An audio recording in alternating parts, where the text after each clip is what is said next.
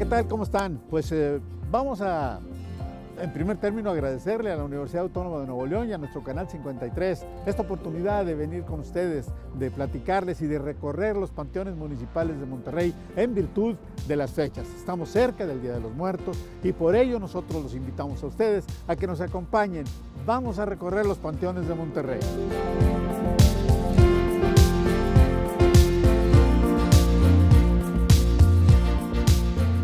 Para hablar de los panteones de Monterrey, antes debemos hacerlo de sus primeras iglesias, que eran unos jacales de barro, palmas y troncos, pues en el solar de esos templos se practicaban las inhumaciones. Al trasladarse la ciudad en 1612 del norte del río Santa Lucía al sur, entre los ríos Santa Lucía y Santa Catarina, se estableció en 1626 la iglesia mayor, donde sería la Catedral de Monterrey, cuyo predio era el camposanto o cementerio de los personajes conocidos, digamos.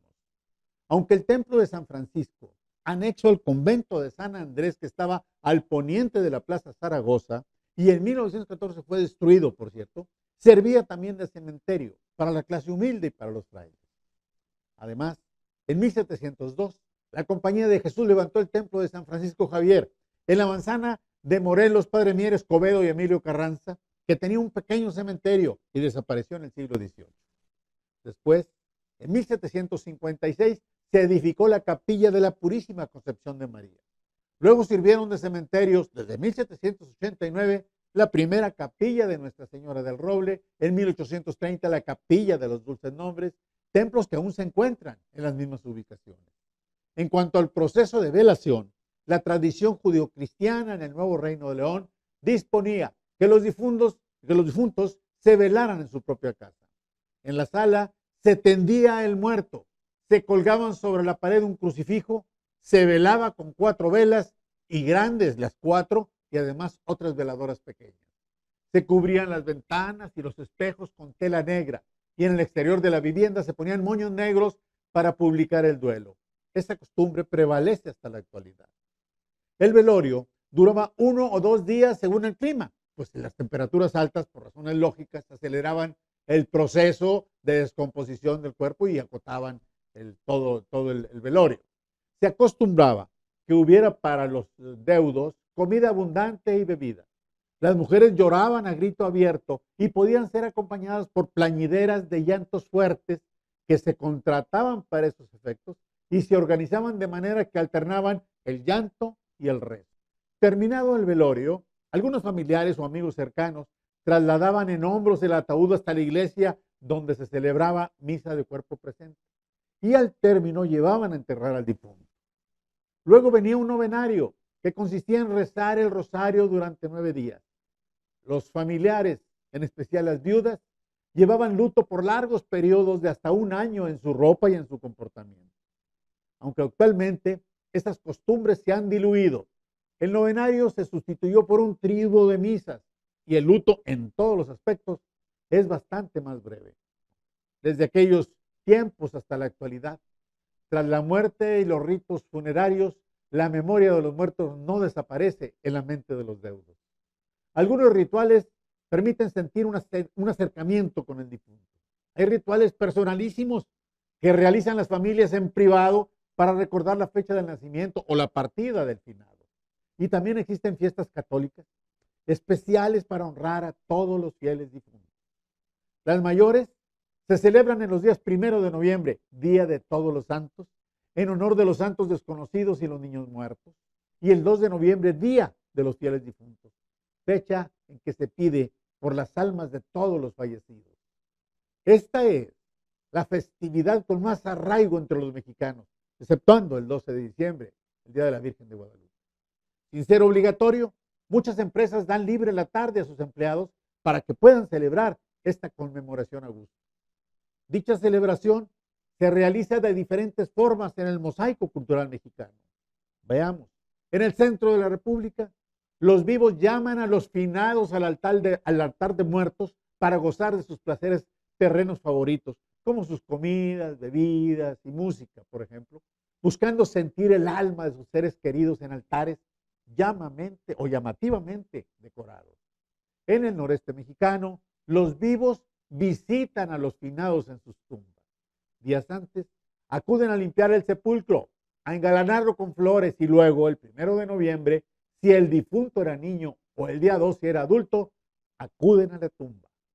Algunas veces van solo a rezar y a recordar anécdotas de sus difuntos, pero muchos llevan música y el ambiente que era agradable para el difunto. Después comen en familia, de preferencia en casa de alguno de los deudos o en algún restaurante. Sin embargo, la construcción de altares se vuelve cada vez más popular en nuestra ciudad. Esto no se contrapone con nuestras tradiciones, pues en el altar o directo en la tumba son costumbres mexicanas muy nuestras, dignas de conservar. Caso contrario es la fiesta sajona de Halloween, que es así, es ajena a nuestra historia y distorsiona nuestra identidad nacional.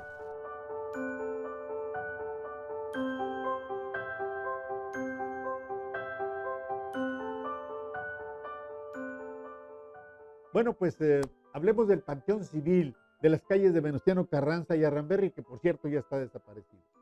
En 1833 hubo una epidemia del cólera morbus que provocó la suspensión de entierros en la Purísima. Y en su lugar se utilizó el convento inconcluso de las Capuchinas, que estaba en Arramberri, Colegio Civil, Ruperto Martínez y Juárez, donde está ahorita el mercado, y hasta que se controló la epidemia se volvió a usar el de la Purísima.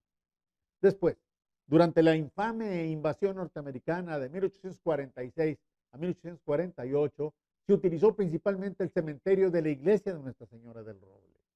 Sin embargo, en 1849 regresó el cólera morbus y a instancias del doctor Gonzalitos se clausuraron algunas acequias, se tomaron medidas de sanidad en el tratamiento del agua y se exhortó al gobierno de la ciudad a que abriera un nuevo panteón, porque este panteón municipal debía darle servicio que ya no tenía la ciudad. Se ubicó en las actuales calles de Venustiano Carranza y Arramberri. Gonzalitos propuso, además, algunas normas básicas, como por ejemplo una profundidad mínima para las sepulturas, cierta distancia entre las tumbas y que para el cementerio hubiese un trazo geométrico para que pudieras dar servicio por buen tiempo, además de prohibir los entierros en los templos. Pero estas medidas no fueron acatadas cabalmente y el panteón comenzó a saturarse. Hasta que vino la guerra de reforma con un nuevo marco legislativo que otorgaba al gobierno civil las facultades y obligaciones para las sepulturas y los panteones. Vamos a hablar un poco también del panteón número 2, que es el que siguió, porque la industrialización de la ciudad generó un rápido incremento de población. En 1880 había 35,000 habitantes. En 1891, 41,000 y para 1900 ya eran 72,000. En consecuencia, los accidentes laborales aumentaron, así como la insalubridad, por lo que las defunciones se multiplicaron, creciendo el hacinamiento en el panteón municipal y sucedió lo obvio. Este panteón municipal se saturó. Por ello, en 1880 se tuvo que habilitar un predio contiguo, el que se le llamaba Panteón Civil número 2. Ya para finales del siglo XIX, el área de los panteones se había extendido hasta comprender 8 manzanas entre las calles de Arramberri, Bravo, Tapia y Venustiano Carranza, denominando a una parte de esta superficie el Panteón Civil número 3. Entre los regiomontanos era común llamarle a este barrio la zona de los panteones, instalándose muchos negocios relativos a ese rubro, hasta que el espíritu empresarial de los regiomontanos hizo su aparición en esta actividad. En 1899, don Amado Fernández Muguerza solicitó al gobierno de Bernardo Reyes permiso para erigir un panteón privado, ofreciendo lujos a las personas acomodadas. El primero de los lujos era la exclusividad, pues sus tumbas estarían separadas de las de los difuntos humildes, tal como se estilaba en panteones civiles de otras partes del mundo. El Panteón del Carmen, así es como vino naciendo. 3 semanas después, el gobernador Bernardo Reyes publicó la respuesta en el periódico oficial, concediéndole a Amado Fernández o a la compañía que él organizara un permiso para construir un panteón particular en esta ciudad, con la obligación de invertir en ello un capital no menor de 20,000 pesos. El predio aprobado para este proyecto fue el polígono, que estaba conformado por las calles de Bravo, Washington, Milmo y Arramberri, con entrada principal por Bravo, porque la de Milmo colindaba con casas particulares.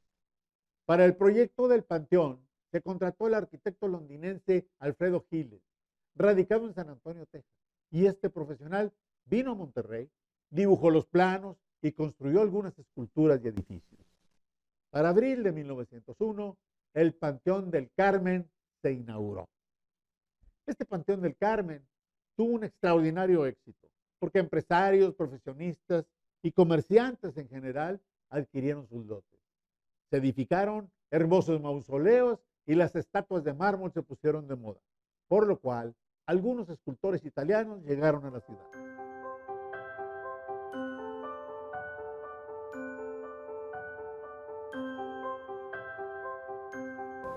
Bien, pues esta es la capilla del Panteón Dolores. Estamos en el lugar ideal para darle una vista a cuáles son las costumbres en materia religiosa para el trato de los difuntos, de los finados, porque la sociedad regiomontana y nuevoleonesa en general pues es cristiana, es católica, y aquí todo lo que vemos son motivos religiosos.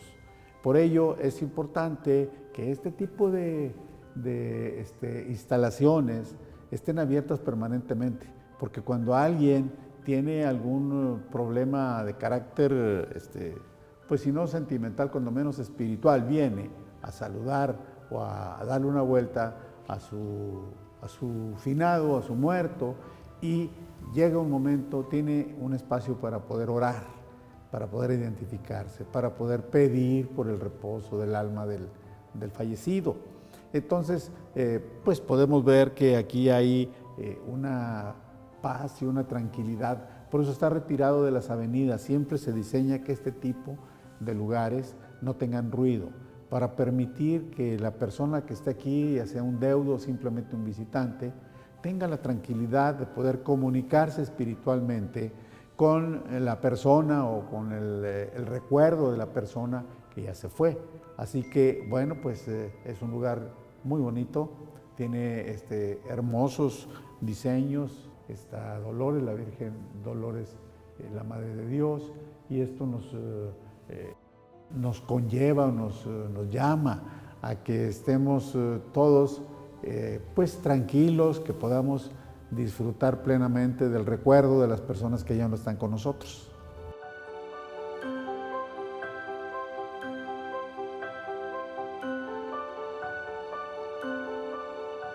Vamos a hablar un poco del Panteón de Dolores.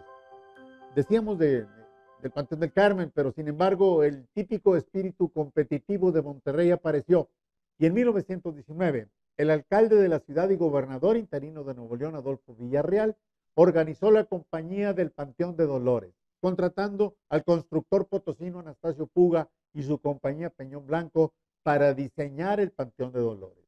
Este nuevo desarrollo funeral, separado del Carmen solo por la calle de Arramberry, abrió sus puertas en 1920 para dar servicio a la creciente clase media, teniendo un éxito mayor que el Carmen. Ese mismo año hubo una gran cantidad de visitantes y a causa de su creciente número, se tuvieron que ampliar las rutas de los tranvías para llegar hasta la zona de los panteones. La bonanza del Panteón Dolores fue tal que en 1930 esta empresa adquirió la mayor parte de las propiedades del Panteón del Carmen, y hasta la fecha existen evidentes vínculos físicos y comerciales entre ambas empresas. El nuevo Panteón Municipal, por su parte, bueno, pues es que pasaron 3 décadas de notable crecimiento de la ciudad, cuando en 1954 el alcalde José Luis Lozano recibió el decreto que el Congreso local, a iniciativa del gobernador don Pepe Vivanco, aprobó, clausurando los panteones. Estos panteones civiles tenían casi un siglo de historia, pero se hizo para construir el Centro Educativo Venustiano Carranza. Esto implicó un delicado y complejo operativo de exhumaciones, que fue muy popular. Toda la ciudad estaba al pendiente, pues los restos de sus ancestros se trasladarían a la vía de Torreón o camino a la vía de García, hoy avenida Lincoln, y los cuerpos no reclamados ni identificados serían puestos en el osario municipal. Así se hizo, y a pesar de los esfuerzos, sí se identificó a la mayoría de los finados, pero en el proceso se perdieron algunos, pues tantos cambios de autoridades propiciaron lagunas en los registros y se extraviaron nombres de personas enterradas en los antiguos panteones municipales. En este nuevo panteón municipal, nuevo entre comillas, se instaló una rotonda de los hombres ilustres de Nuevo León, donde descansan los restos de personajes. Personajes muy destacados, por ejemplo, el liberal Manuel María de Llano, Manuel P. de Llano, el ingeniero Francisco Lemier, el general Lázaro Garzayala, Carlos Oazo y Esparza, el teniente coronel Jesús Treviño Cárdenas, el doctor Pedro Noriega Leal, Pedro Martínez, Mariano Linares, Antonio Tamés, Carlos Ayala, Narciso Dávila, Eugenio Pérez Maldonado, Marín Peña, Eduardo Treviño, Bernardo Fuga, Inocente Rodríguez, Juan Vara y Genaro Arreola. Todos personajes destacadísimos.